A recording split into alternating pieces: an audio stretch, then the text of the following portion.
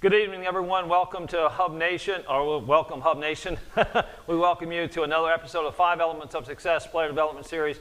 I'm Roger Nick, your host and founder of Junior Golf Hub. We've got a great show for you this evening talking about NLI, National Letter of Intent, window opening. So we're really excited about having some guests on tonight talking about what that's all about and what that's going to mean to you and some of you players out there in the coming months. So really excited about that. So just make sure you stay tuned and get some questions in to us. Send them in 5 elements at the Golf Performance Center. Also YouTube chat. Make sure you get those in so we can help you and help you through your journey. Got Dennis Hillman, Director of Coaching here. He's going to be doing the recap of last week. So excited about that. Setting in for Tyler Campbell this week is going to be Rick Dowling from the Junior Golf Hub, Customer Success Manager. He's going to help lead us through this whole process talking about the NLI. So welcome, Rick, to the show. We want to say hello to Tyler Campbell out there. He was so excited about this being the Masters week. He actually had to take the week off. So Tyler, if you're watching, hopefully you're enjoying that Masters out there at home. So it looks like a great one so far. So again, thanks for tuning in tonight. As always, we have a pop quiz. Our pop quiz question tonight is: do you have to sign NLI to go to a Division I school? Let me repeat that. Do you have to sign an NLI to go to a Division I school? So again, stay tuned. Make sure you get those answers in. So we're going to have that drawing out of the hat later on in the show. So we look forward to having a winner later on tonight. So we look forward to you participating there. Dennis, last week we had some journeys on the show, so tell us about those. Yeah, it was great last week. We had Brent Palladino on. He's the Senior Director of Championship Administration at the USGA and has an impressive playing resume as well. It includes 12 individual Division I records playing at the College of William & Mary. So he talked about his journey as a junior golfer and some of the guidance he had along the way and some of the struggles and pressures he felt as well. Michael Brown joined us after that. Michael Brown's a former GPC Junior Academy member, and he talked about his journey of getting to play at Swarthmore College, where he's taken a gap year and has one more year left. His journey included actually a win in his first college event, shooting 68 for that win, first time breaking 70. So both of them had great advice for you juniors out there and just understanding how to get to where you want to be. So check those out. If you don't know where to check those out, juniorgolfhub.com/5 elements. You can check out any past episodes. Awesome. Dennis, thanks so much for that recap of last week. And this week, again, National Letter of Intent, what you need to know. We're going to be covering what is an NLI and who is it for. And we got a special guest coming on with that a little bit later to talk more about that. What do you need to do to reach this milestone of my journey to college golf? And again, we have another special guest, and we'll reveal who that is later. And why the college golf checklist is so important to keep you on track. So stay tuned. Again, we're really excited about this week because it's so important for a lot of young players, a lot of young men and women out there who are having this opportunity to go on to play college golf and what that meant to them or what it means to them. And it got both sides of the story. We got the college coach. We also have the player. And obviously it involves the parents as well. So we're really looking forward to talk more about this. So with that being said, I know we have Danny Randolph, who's a former Division I coach, who's going to be talking more about kind of who this is all for. And we got Liam Gill, who's going to be on talking about his journey and how he got there and what it took and how special it is for him as a recent player who's going to be signing pretty soon. So really excited about that on this week's show. Rick, so as we're going through this for the Junior Golf Hub, what does it really mean for these young men and women out there, trying to get through that letter or that signing, day, if you will? Yeah, it's a big deal. I think it's not just the kids, it's the families too. And it's really our favorite time of the year because it means so much to see the people who've, blood, sweat, and tears, lots of money, lots of travel, lots of experiences, failure, winning, all those different things that go into the journey. And this is kind of like the finish line, so to speak. So it's really exciting for us to be a part of those stories and share those stories and really congratulate those families. But it's also a really good time for us to step in, and we view it as our duty to educate everyone else who's seeing their peers, their teammates, other families go through this process. How do I get there, basically? Yeah. So we're going to try to educate everybody. Yeah, I think that's a really good point. And I think it is a journey, and it is something that you need to know kind of what that process is all about. And I think, our first guest, Danny Randolph, is going to talk about that and who this is for and what it's all about. Yeah. So, Danny, why don't you take it away? Thank you, Roger. I hope everybody's staying safe during these times, and it's definitely a crazy time for a lot of people. It's a crazy time for college coaches, student athletes. This whole process is certainly different than it's ever been. So continue to be patient with a lot of those people as they kind of navigate this, just like everybody else is trying to navigate it. But yeah, the NLI is the National Letter of Intent. So this is a binding contract between a potential student athlete or a student athlete and a school, a coach, a program, those kind of things. So it's very exciting. It's a big step in the process to finalize where you're going. Many times you'll hear someone say that they've committed somewhere. Just understand that that is a verbal commitment, and nothing is official until they sign the National Letter of Intent. So the beginning of that started yesterday. There's also a time in the spring that you can sign an NLI. So that's kind of like the late signing period is what it's called. Sometimes other sports might be a little bit later. When pertaining to golf, a lot of times people sign early, which is this time frame right now.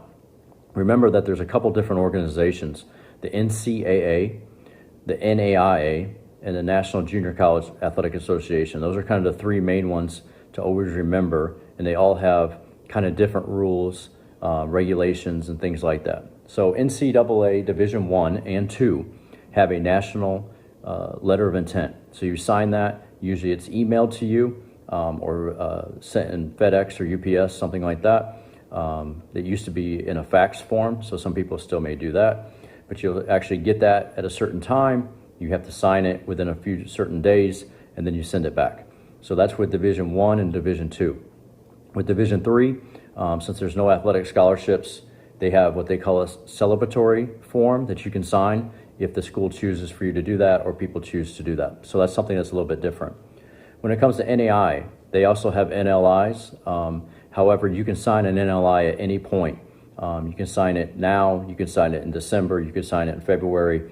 It's not a just certain time of year, like in the sense of 1 week in November or a time in the spring. So you can sign that at any time. With junior college, once again, it's just another organization, and those things are handled a little bit differently just depending on the school. So, but those are things to think about as you're going through it and all the time that it takes, for that. So how do you get to the NLI? The NLI is a big process. Usually it starts 2 to 3 years out from your senior year. So make sure that you're always staying up to date with coaches, that you're talking to them as much as possible. And once again, sometimes when you're young, you have to call them and leave a message. Remember, they can't call you back. But if you can set something up where you have somebody that's kind of like a middleman, that they can text you and say, I need so-and-so to call me at a certain time, then make sure you do that. That helps out a ton, and that shows interest by that coach in you. But make sure, too, that you stay up to date with your checklist that we have with the Junior Golf Hub. If you do that through your time, then you'll have a great chance to be very organized and have the opportunity to kind of be ahead of the game as you go through this whole process. Make sure you know what kind of level you are as a player. Is that NCAA Division I? There's kind of 3 levels. In Division I, you have the Power 5, you have the mid-majors, and you have the low majors. So make sure that you understand, where am I fitting in that? What kind of scores are they looking for through that whole process? Am I in that situation? What do I need to improve to get to that situation? Those kind of things. It's really important to know when you have the level and the right level picked, that that's the opportunity that you can go for. If you're a little bit too high, then sometimes you may get disappointed, but also too is understand that those people have a good idea what they're looking for, and don't feel bad because you may not be able to fit in that situation. It's just there's a better one for you in that level. So you have Division I, you have Division II. There's a lot of good schools and golf programs with Division II. There's a ton of good programs in golf schools and academics in Division III. NAI has a lot of good programs as well. There's a lot of programs with NAI that might be in a warmer place that you've never heard of, and so do your research on that. Another thing with coaches in this whole process, make sure that you've taken the PSAT or the SAT, ACT, those kind of things, so they know what your GPA is, they know what your scores are, Those are huge things for them to go through that process, because they know that they can then give you some academic money to help out that whole process. Make sure you have your stats that are up to date. Anytime a coach is looking, they're looking for stats and things along those lines. Make sure your swing video is up to date. Another thing is adding TrackMan or flight scope numbers as well. Those are really important right now, especially with a lot of these coaches who can't recruit and see people face to face. Always do a great job of communicating, whether that's trying to send text messages or calls to the coach, emails, always updating anything that's happened with you, whether it's playing golf, maybe it's just something else. Maybe you won an award in some other form of academics or a club that you're in. Those are things that coaches want to know and see that you're well-rounded through that whole process. Also give them your Instagram, your Twitter, those kind of things, so they can actually start following you more so than just your golf scores, because they want to see, like I said, who you are and if you'd be a good fit for their program. And lastly, once that time comes and you start getting some offers, that you evaluate those offers and look at what you want to do with it. Always remember, in this grand scheme of things, it's not always about the money and the best financial package that someone is sending you. It's the right fit. So where's that place? Where's that school? What about the coach? What about the academics that you're trying to do? All those kind of things are what you're trying to look for and to make sure that it's a great fit for you. So don't just chase the money or the dollars. A lot of times that's not necessarily the best place. The best place is where you are comfortable, where your parents are comfortable, all those kind of things, and then that's the best fit for you and what you're trying to do. So hopefully this helps you guys. If you have any questions, obviously we're always here for you to answer those. Thank you. Wow, that was a great segment there from Danny. Hopefully you guys tuned in for that and stay tuned in for that, because that was a lot of great information there. So, making sure that you understand your right fit. And Rick, I think that really brings us to the next question is, how do I know that I'm doing, what things do I need to do to make sure I'm finding that right fit? Yeah, he touched on a lot of really important parts of what goes into a successful journey. And sometimes it's hard to know when to do those things, or if I'm doing the right things. Am I behind or am I ahead? Where am I? Mm-hmm. And that's why we created the checklist. I'm glad I brought this in today. Yeah. I'm glad you just happened to be here. It's probably in your back pocket, right? Yeah, sometimes. Yeah. It happens to be our prize this week, I think, too. Yeah. But what Danny was saying, all of that stuff he just said is on the checklist. Certain things belong or reside in certain years in high school.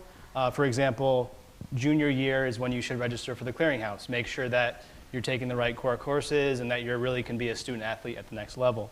He mentioned performing research to see where you fit in. You should really do that sophomore year. Start preparing, what kind of schools am I interested in? Ask yourself those tough questions. What kind of environment do I want to be in? What kind of scores do I need to shoot? Those kind of things are really important to set your goals going forward. So this is a really powerful tool.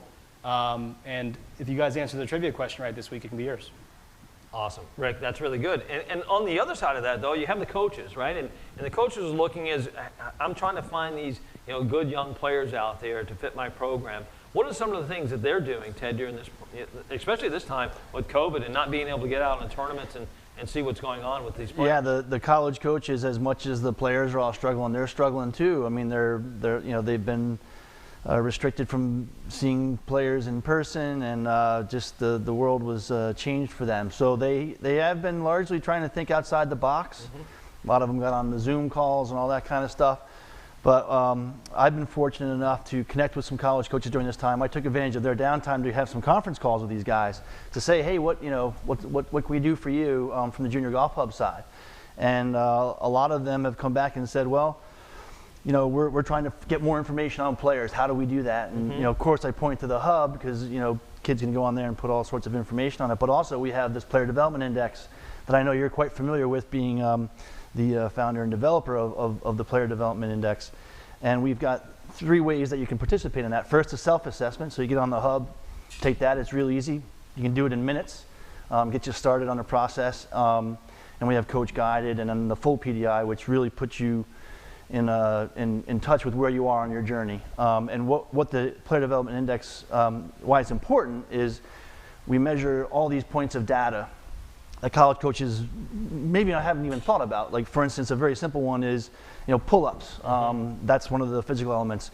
The broad jump. Of course we measure all the golf skills. And why does that matter to college coaches? All I can tell you is when I brought this up to them on the conference call, and I told them that, and I said, yeah, we can have a player take it in January, and you can see how much they've improved in September. They're like, we want that data, bottom line. So that's what we're starting to educate them on. We're starting to produce more and more of these assessments out there, and we're starting to share that data with coaches that want it, and that's helping them make decisions when it comes down to it. I mean, they can get their scoring averages from anywhere. And so if it comes down to two people who have very similar scoring averages, but they see this one player has put in the effort, they've taken their assessments, they've measured themselves physically, chances are that's going to give that player a leg up, and that's what the coach wants. So, if, they want you to show more. They want you to show more effort and all that kind of stuff. So yeah. Well, I mean, it's again, as you mentioned, it's very difficult for them not to be able to get out and see the players, and they can see a score, as you mentioned. But what else are they seeing? How do they get to know the athlete? And obviously, part of that, Rick, is I'm sure you've had many conversations with these families and these players about their hub profile and what's in that hub profile and why that's important. Mm-hmm. Yeah, a lot of those things that Danny touched on, the swing video, Ted mentioned the player development information. It's vital, especially in the time that we're in now. Coaches can't go out and watch people play. They can't get that really personal information. The hub has the power to do that for you, and it's a great intermediary between the coach and the player. So if you're out there and you're not signing, or you're an underclassman who's hoping to do that in the future, you got to take the self-assessment. You got to get plugged into what's going on with your game, but then also start to build that profile so when the time comes, you're ready. Yeah, and speaking of that, we have a young player on, Liam, who's gone through this process and obviously reaching this milestone. Yeah. So, congratulations to Liam and reaching this point in your journey. I know, Rick, you had some couple of questions for Liam and what's going on there.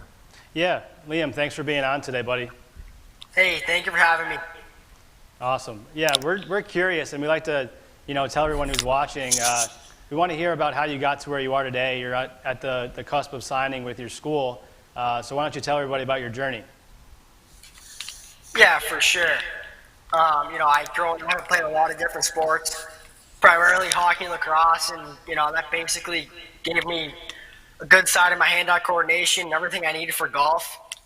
And then I started caddying, and I really got into the game, and I bought a junior membership at a course. And I wasn't really a kid that went to the range.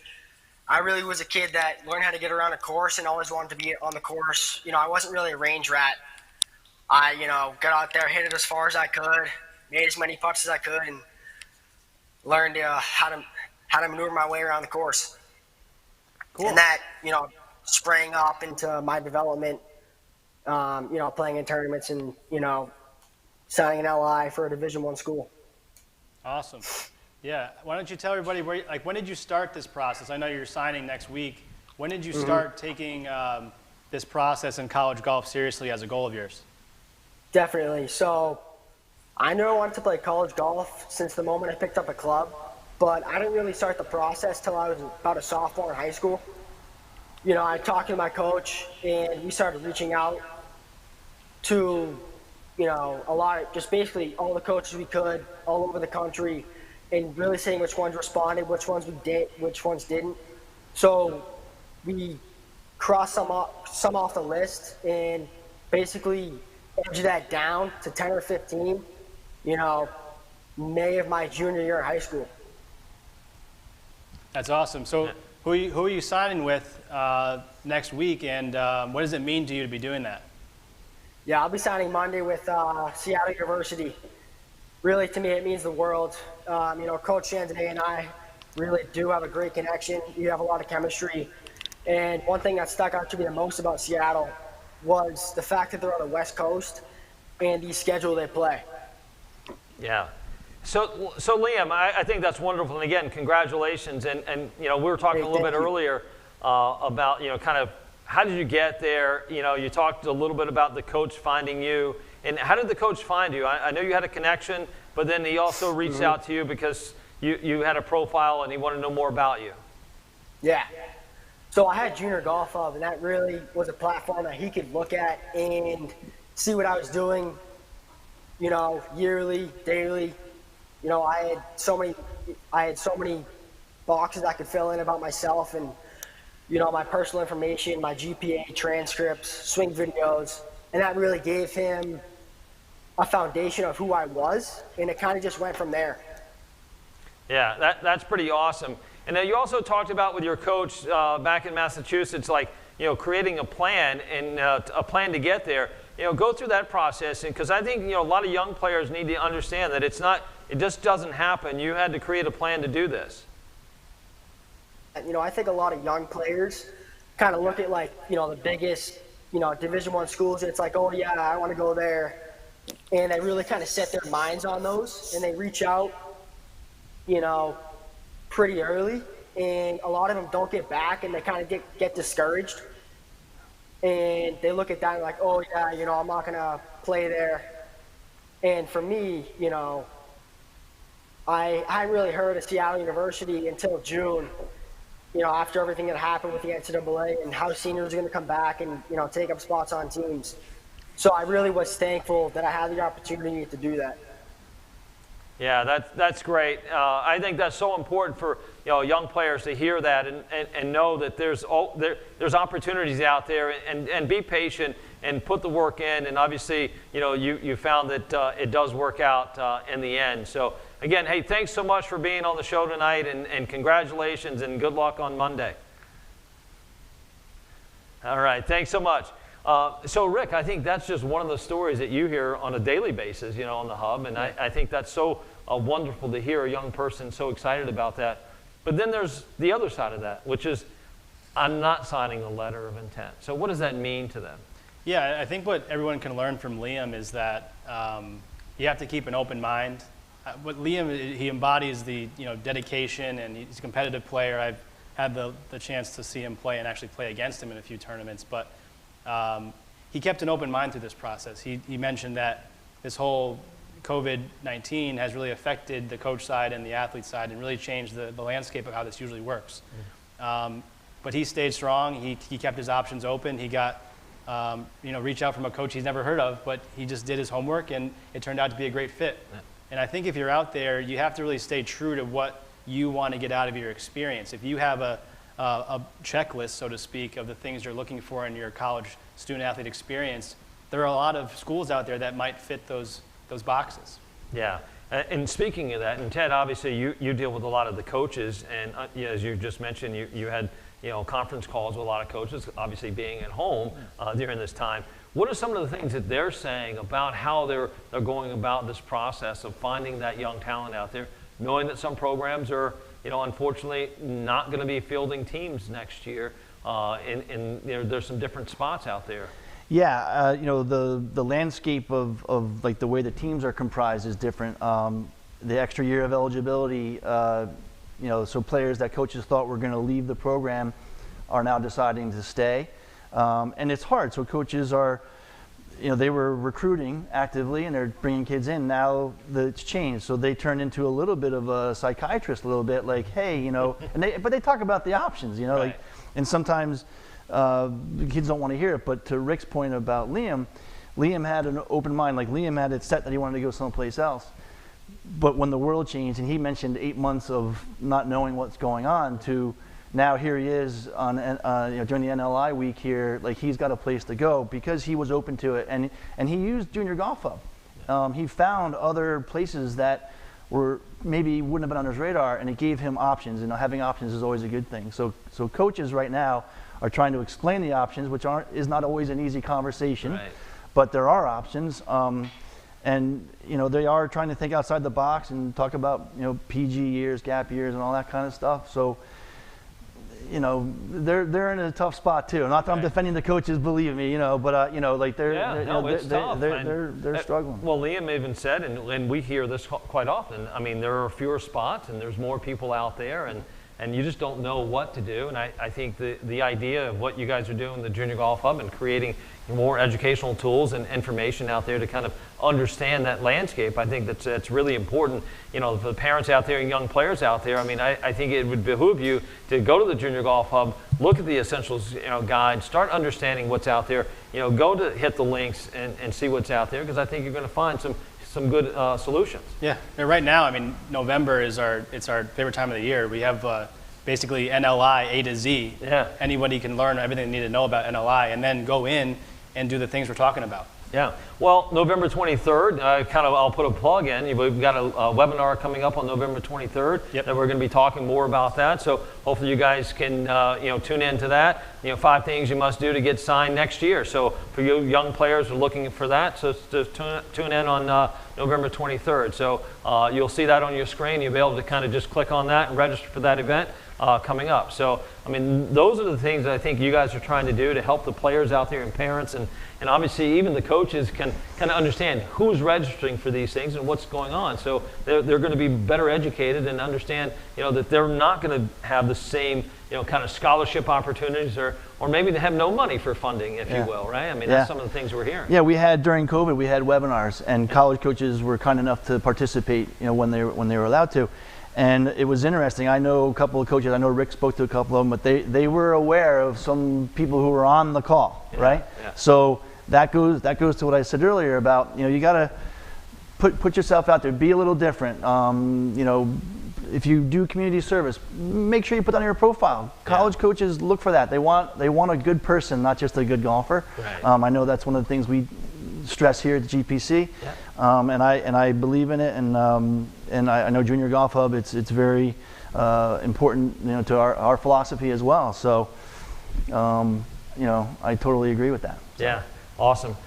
Rick, so some of the kind of lasting information here, what would you tell the audience out there tonight about, what they need to do this time of year and going forward to be more recognized, if you will? Yeah, for the underclassmen, I think Liam mentioned having a development plan with his coach. It's the same concept here with your recruiting process. Mm-hmm. Let's have a plan. You're not going to get anywhere without a plan.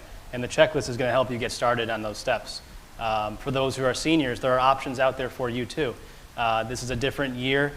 Things have changed, but make sure you make that last mile communication with your coaches at the programs that you're interested in going to. See what the shake has been there, what's going on with them.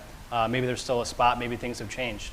There's also options like a gap year, taking an extra year in between high school and college. There's also club golf at the collegiate level. So there's all these different things. We're going to touch on that more deeply in the webinar, but those are the things I would want to leave with the audience. Yeah, that's fantastic. So again, let's make sure you guys are just staying tuned and still keep reaching out to those college coaches and their programs. Go through the Junior Golf Hub, make sure you're following the schools you have interest in. And again, keep an open mind. You never know what may happen for you. So thanks so much for that. That's great information. Thanks Ted there, and I think that's good information there. So Andrew, do we have any questions tonight? Yes, we do have a couple questions. The first is, what if I don't receive a letter early on in the signing period? Great question. That is a good question. I think it's a similar answer I was just talking about is maybe keep a close eye on the schools that you've been looking at. Have they announced anyone signing, or is anyone committed or signed with those programs? If there's 3 spots left and 2 people signed, that you could probably say there's 1 left. And that's when you should really follow up and try to get in contact with those coaches. Maybe reassess options like Liam was talking about. If your target schools haven't really shown much interest or taken that last step with you and given you an offer, what's plan B? What's plan C? I think those are the things you have to be doing, and Junior Golf Hub has the tools to help you do those things. And the other part of that is that you don't have to sign in LI to go to a Division I school or a school of your choice. Oh, you don't? No, you don't. I didn't. Oh, that's the pop quiz. Our second question is, how can I let coaches know I have signed an NLI on my Junior Golf Hub profile? Good question. That's a big part of November here at Junior Golf Hub. We have that big, craze, our favorite time of the year. If you go to our website, there's the opportunity for you. If you're signing, you can let us know where you're going, post a picture with you and your family, post a picture of you signing. We want to congratulate you on social media and across all of our platforms. You can also do that in your Junior Golf Hub profile, just so that the coaches out there that might have been looking at you know that you've committed and signed somewhere else. And we do have a winner for this week's pop quiz. Awesome. It's Kodo Freeman. Wow. Kodo Freeman, all right. Way to go, Kodo. Nice job. What was the answer? What was the answer? No, it is not mandatory. Okay. All right. Oh. Well done. Thanks for tuning in, Kodo. And congratulations winning that Junior Golf checklist. So thanks so much. Next week's show, we're going to be talking about off-season training. I know a lot of places around the country right now going into, as fewer golf tournaments, I should say, but there is an off-season, and you should make sure that you're creating an off-season if you don't have one. I think it's really important to kind of take some downtime, work on the things you need to work on physically, mentally, and obviously swing technique. So next week, off-season training. Again, always, so I want to say thank you to our sponsors, Junior Golf Hub. Download that app. Make sure you get those coaches in your pocket. Follow those schools. You're making sure you're reaching out, and it's going to be really important for you to find that right fit. Also, thank you to Ethan Allen Preparatory, achieving your greatness in the classroom, on the golf course, and in life. Make sure you go out there, get after it, enjoy your journey. Thanks so much for tuning in.